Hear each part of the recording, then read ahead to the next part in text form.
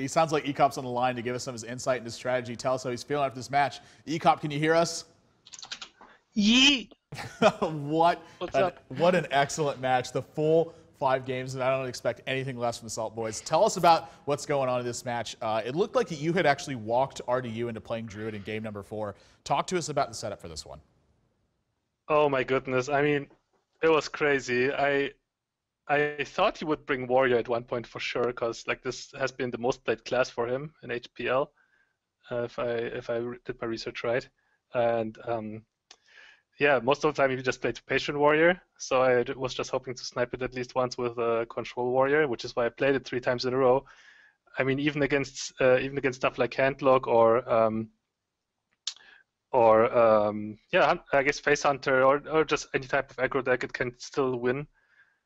And also Rogue and Freeze Mage. Control Warrior is actually a really good choice in the current meta game, so I just want to give it a try 3 times in a row. But man, it didn't quite work out. I went 1 and 2, and I had to mix it up a little bit. So then I picked the Paladin, which ended up being having a pretty good draw against his Druid, despite his draw being pretty good as well. And then, man, that game 5, I didn't even know what happened there. But yeah, ask me your questions.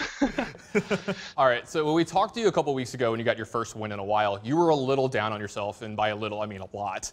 You know, you were pretty salty, and we're starting to see you get happier and more confident every single time you've won. You now got 4 out of your last 5. Are you feeling much better going forward in the season? Oh yeah, of course. I mean, my new strategy is working out well, and also I got my lucky pet.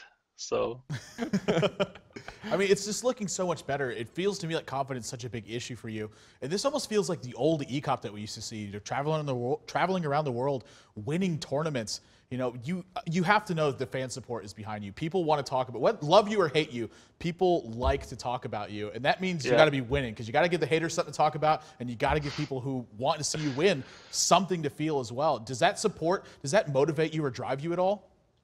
Of course. I mean, I live for the attention. I live for the fame, and I just want to give as much of myself to the audience as just to soak the same amount in.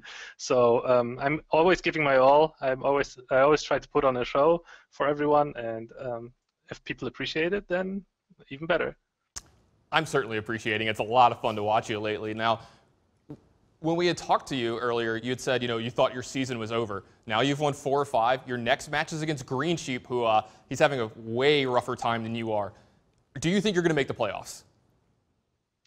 I'm not. I don't want to jinx anything. I'm just gonna go game to game and just do whatever I've been doing the past days. Well, I guess that this works out. Your match against Green Sheep. I mean, talk to us about this one. Are you feeling confident in it? Do you feel like you're going to squash him? Do you feel like maybe he's gonna start putting together a string of wins? Like, what are you feeling about this next match? I mean, dude, it's just one DreamHack Valencia, so I should better watch out, I think. Putting up a 7-0 record on his point, nothing to scoff at, but you've been looking fantastic lately. Love the energy and the confidence. I think if you keep this up, you can put yourself in that playoff picture. Congratulations on your win tonight. All right, thanks.